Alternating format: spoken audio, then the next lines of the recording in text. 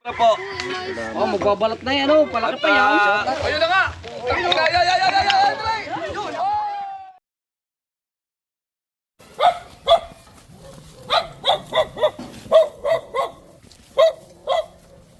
Mga kaibigan, nandito po tayo sa Barangay Soledad. May nakuha daw po sa ahas. Sawa. May nakuha ka na naman ito ah. Kasama natin. Paano po nakuha te? Pwede na sa kasama siya ng ano. Namiss na kami kagabi. Nung Ah, uwi nasa na gisa ng namin yung tricycle? Ay, Inawat niya. babanggain niya. Eh sabi ko, wag. Kasi kawawa naman. Hulihin ko na lang siya. Ikaw na naman ang huli te. Pangalawang beses na nanghuli ni ate. So, Nakakaawa kasi. naawa siya kaya hinuli niya. Oh. Tapos kinontak tayo para tayo na daw mag-release. Mm. So, Marami nga nang hingi, hindi ko nga binigay. Ah, At least alam ko sa inyo, safe yes, hindi siya masasaktan. sige. Mga kaibigan. So, mukhang may bali siya. Nasagasaan po, Hindi, no? sa may ano, dito lang sa may legs. Ayun oh. Ayun, oh. Pero okay naman siya. Tinignan ko siya. Ayun oh. Ayun nga. Oo, Tingnan tinignan po ko siya natin. kagabi. Tanggal yung balat. Babalikan pa nga sana ng tricycle sa ginawat nga lang ito. So, ito guys, ay nasagasa at tapos babalikan ulit para sa gasaan. Nakita ni ate. Hindi ako pumayag. Talagang bumaba ako sa tricycle. Salamat ni ate yung tricycle driver. So, maaawain siya sa mga wildlife. So, ang pangalan niyo te? Tess. Ate Tess, pangalawang beses niya sa atin, nag-surrender o nagbigay ng ahas. Dahil napapanood niya tayo na nire-release natin yung mga gantong ahas. Nakalagay siya sa isang bird cage. Tingnan natin kung makakagapang pa siya na maayos. Ayun sa may leg siya. May sa may leg. Hindi nakita kagabi yun.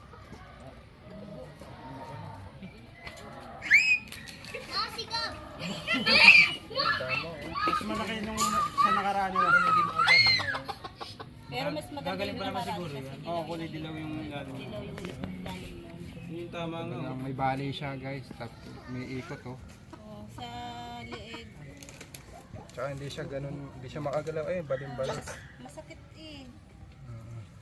Silalim, kitang-kita ilalim. Napakaganda ng kulay niya, healthy, mataba. Tumatawid po siya sa kalsada. Saan po banda sa kalsada? Sa ginagawa. Sa ginagawa. So meron dito guys, dating bukid na ginawang highway. So habitat niya yon. Ngayon, gumagapang siya sa dating habitat niya na ginawang highway. Pero at least nakakagalaw siya. Sinagasaan naman siya. Kahit pa paano Wawa nakakagalaw naman. siya. Inagaw na nga yung kanyang tahanan. Sinagasaan pa siya. Okay tayo naman na hirap po siya. Sana makarecover pa siya pag nirelease Oo, natin. mabubuhay yan. Naniniwala akong kaya niyang mabuhay. Niniwalas Nakakagalaw pa natin. siya eh. So, si ate ang naging hero ng isang sawa. Patay na sana to ngayon dahil na save ni ate. Pero muna yan mga kapatid. Mabilis ito makarecover. Wag lang sila yung katulad ng taga.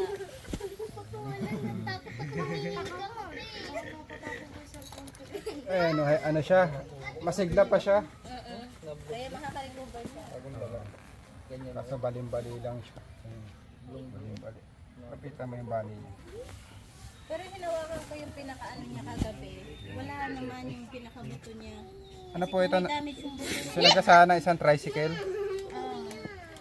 Ay punong-punong pa kami kagabi ng tricycle. Di mabigat. Kasakay ka din ng tricycle. Commute ka po.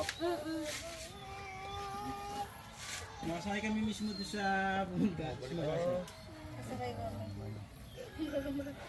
Nakahiram si ano? Ay sinabi niya sa akin sawa. Sabi ko wag kuya wag.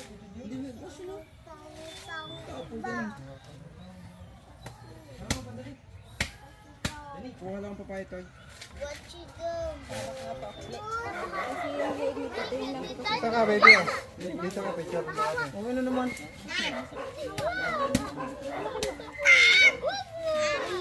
Kagabi.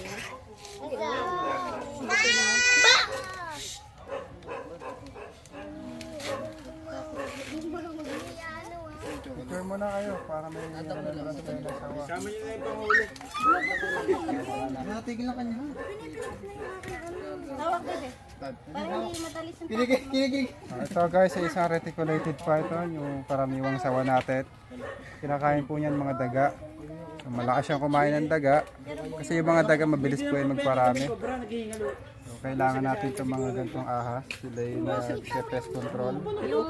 Yung cobra kagabi, meron din akong nahuli. Kaya maliit lang. Kaso hindi na siya mabubuhay talaga. Hinayaan ko na lang siya. Bukod dito sa sawa, may nakuha pa siyang cobra. Kasi meron ditong highway na ginawang dating gubat, ginawang highway.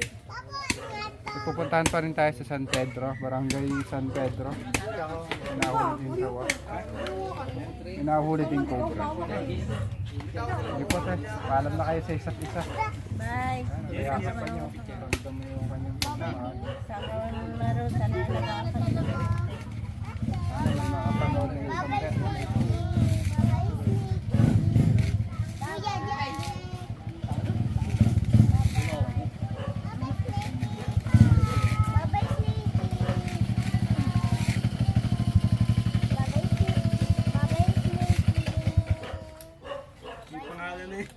May pangalan na siya binigyan eh.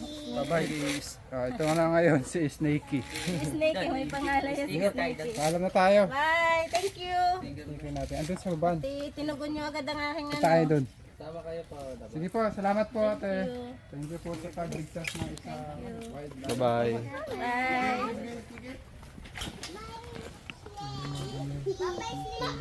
Mga kaibigan, baka may mga nanonood sa ating bet. So pwede po kayong maipag-ugnayan o chat nyo po ako sa ating Facebook page para ibigay sa inyo to. So may injury kasi. So sa mga nanonood na bet, sana matulungan nyo po ang isang asawa. Tara.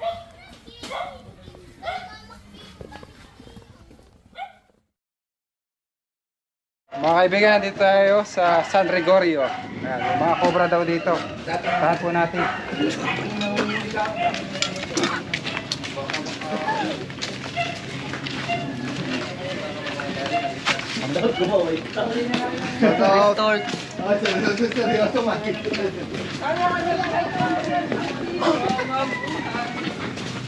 Siya si Chris. Po, ako si Chris.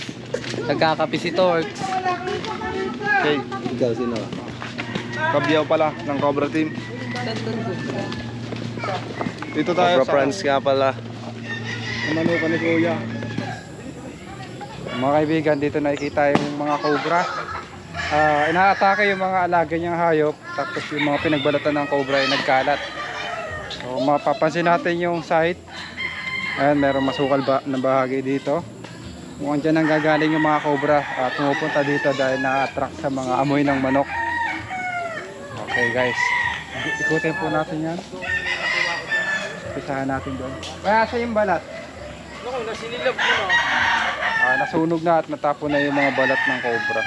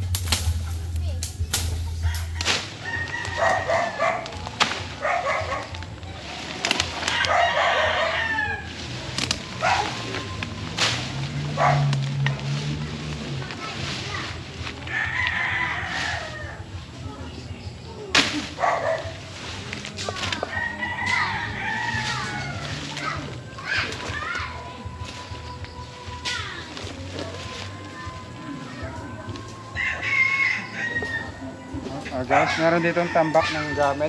Ayan.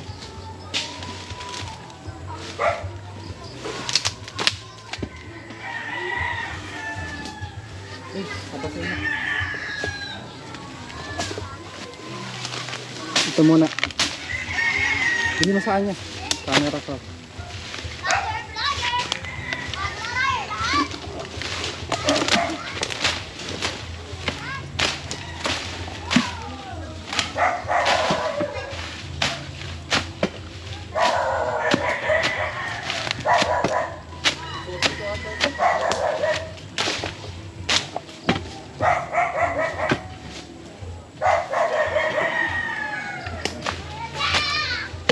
Inyo iba.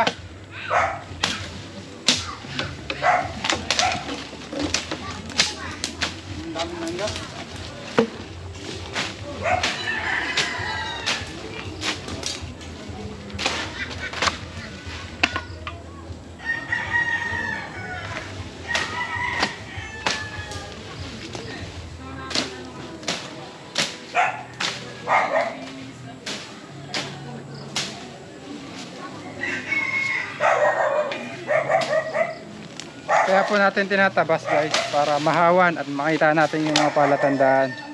Ito, nakikita rin ni Kuya yung ahas. Kaya, Ba't dito ko nakakita yung pinagano ng ahas eh? hindi mo nakikita yung mga balat ng ahas. Oh, buo pa siya, bago pa siya eh. Ito lang kasi yung masukal na bahagi. So, magpo-focus tayo dito. Saka meron mga tambak dun, oh. Saka meron gusto tumulong dyan para mapabili. Magbobota lang.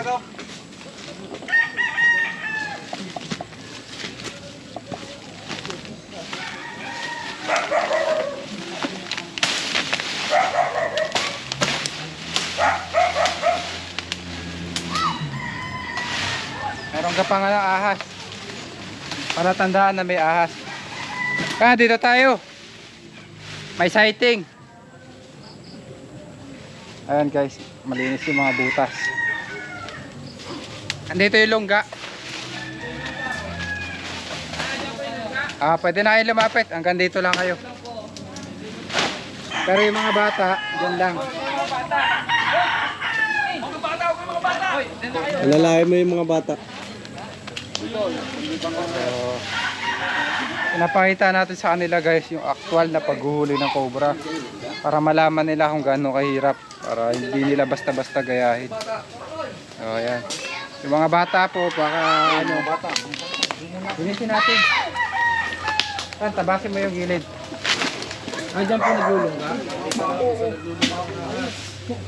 Ito po yung iiwasan natin yung mga gantong tambak.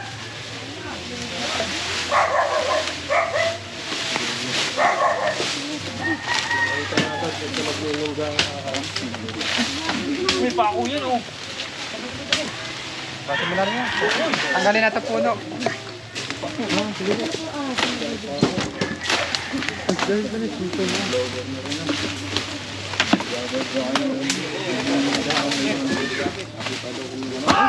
Abet to.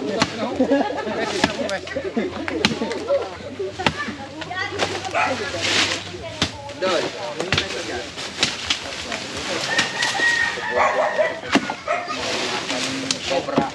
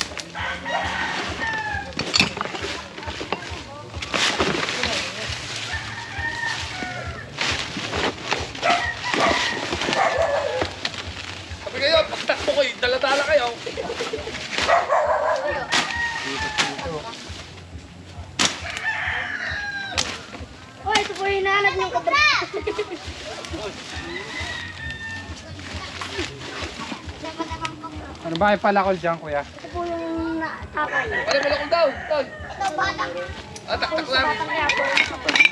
Ayun, ayun, ayun. Ito.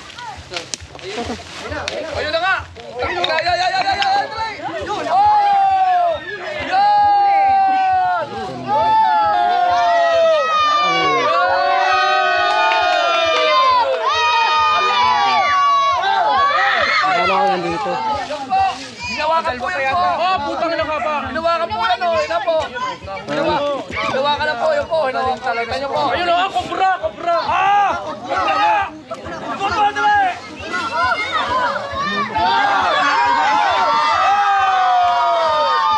Eh, si Idol, nahuli yung kobra. Galing talaga yung maghanap, Idol! Ay, hindi ka nabibiyain yan. Ito ang barat, guys. Galing talaga ni Kobra. Siya po yung nagkakalat dito ng balat.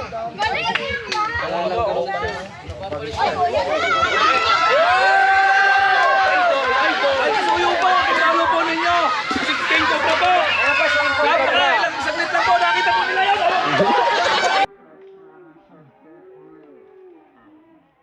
King Cobra ng San Pablo! Cobra! Cobra o? King Cobra yan? Kuya? Philippine Cobra daw po ito.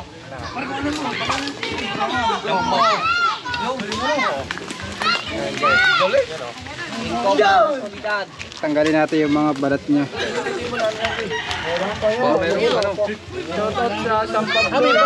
Ito yung mata niya, guys. Nagtatanggal din ng may balat din. Yan yata yung nakita mong balat. Oh, Philippine Cobra nung ori, nabuko ko. Pero hindi niya pinapatayin, Idol. Ah, hindi po. Bawal patayin sa ano. Hindi sinusunod din niya sa DNR. Opo. Oo. Idol ko na talaga. Pakisuyo na po. Paano po natin ito? Si King Cobra po. Oh, magbabalot na yan, oh. Palaki pa yan. Shoutout, Idol. Pagka nagpalit na ng balat, maghahanap na ulit na ng pagkain. Mga taga, ano? Siya. 5 days siyang nagpapalit ng balat. Ibig sabihin, mahigit 5 days na siya doon. Ah, may gitay wala na kaya kasama yan. Pag natanggal niya na yung mga balat, fresh na ulit siya. So, liliksi na yung katawan niya. Ibig ko sabihin, kaibigan, wala na kaya kasama yan. Titingnan pa po natin. Ay, nuhukay pa ng mga tropa. Ayan. So, tingin sa usak, oh. Yan po. Swerte po yan sa sabong. Nakita niyo po yan. Kamandagban. Cobra po yan. Cobra. Swerte sa sabong. Bitawan natin.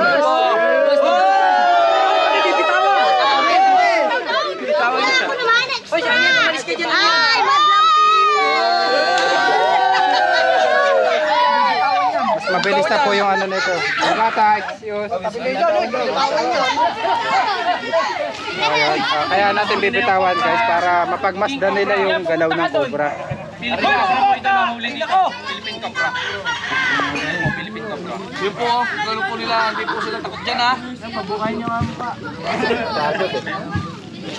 Philippine cobra po, mas takot din sa Cobra na tao. po yan, Cobra na. Ano yan, kuya? Philippine cobra.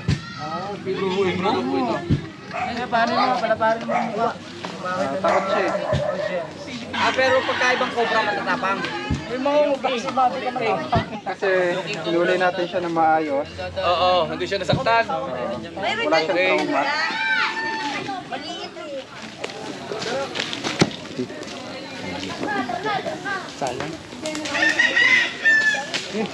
Hindi naman siguro kahit may kulungan. Pasok.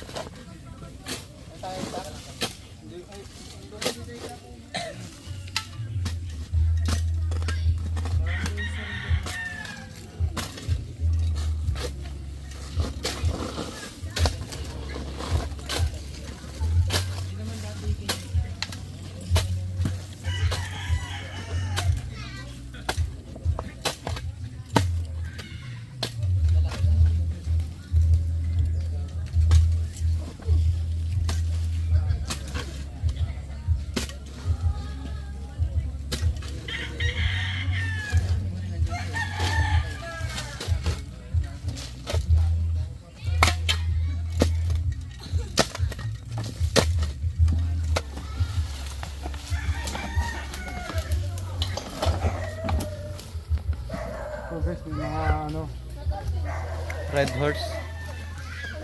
ito may mga tubig. Yung mga kiti-kiti. Yung mga ganyan, tinatapon po namin yan. Sinasama na namin sa rescue.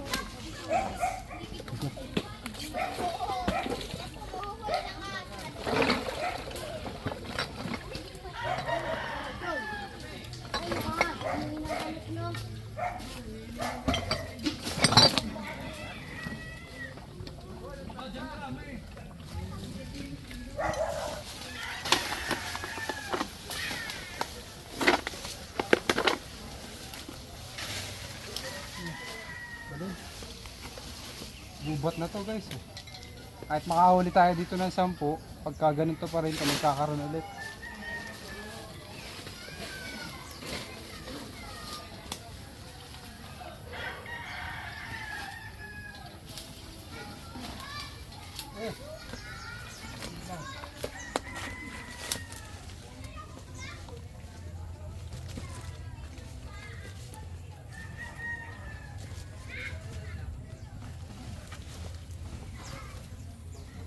Tara. Hindi na tayo pwede dito. Masyado na masukal. Kailangan dito linis. Let's go guys. Copy that, copy that. Sabi mo, copy that. Copy that, sir.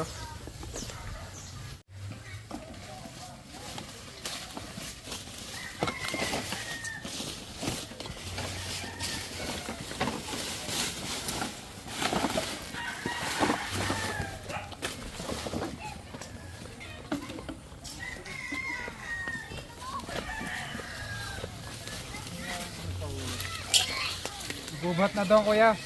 Dapat doon malinis. Kakaroon ulit ng ahas dito. Kakaroon palilinis doon. Anong kausap namin? Ayun o.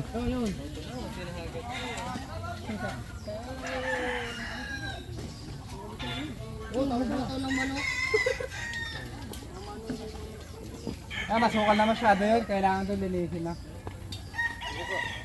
Pag hindi nilinis, magkakaroon ulit ng cobra dito sa lugar. Ayan mga kaibigan, paalam na rin kami. Thank you po. Idol. Salamat daw at nakuha na natin yung cobra na tinutukoy nila. Ayun na po yun, iwasan natin yung mga tambak na gano'n. Dapat na yung ibaon o kaya expose na. Kasi ayun yung nagiging hide ng mga ahas. Sige po, maraming salamat po. Salamat sa panonood guys. Paalam na tayo mga bata. Paalam na.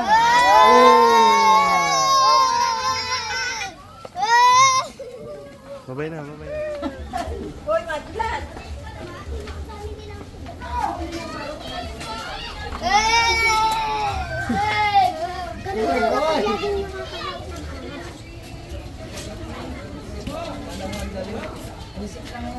Basic na basic. Kaway kayo. Ayun, success. Kaway, kaway. Cobra, cobra kayo.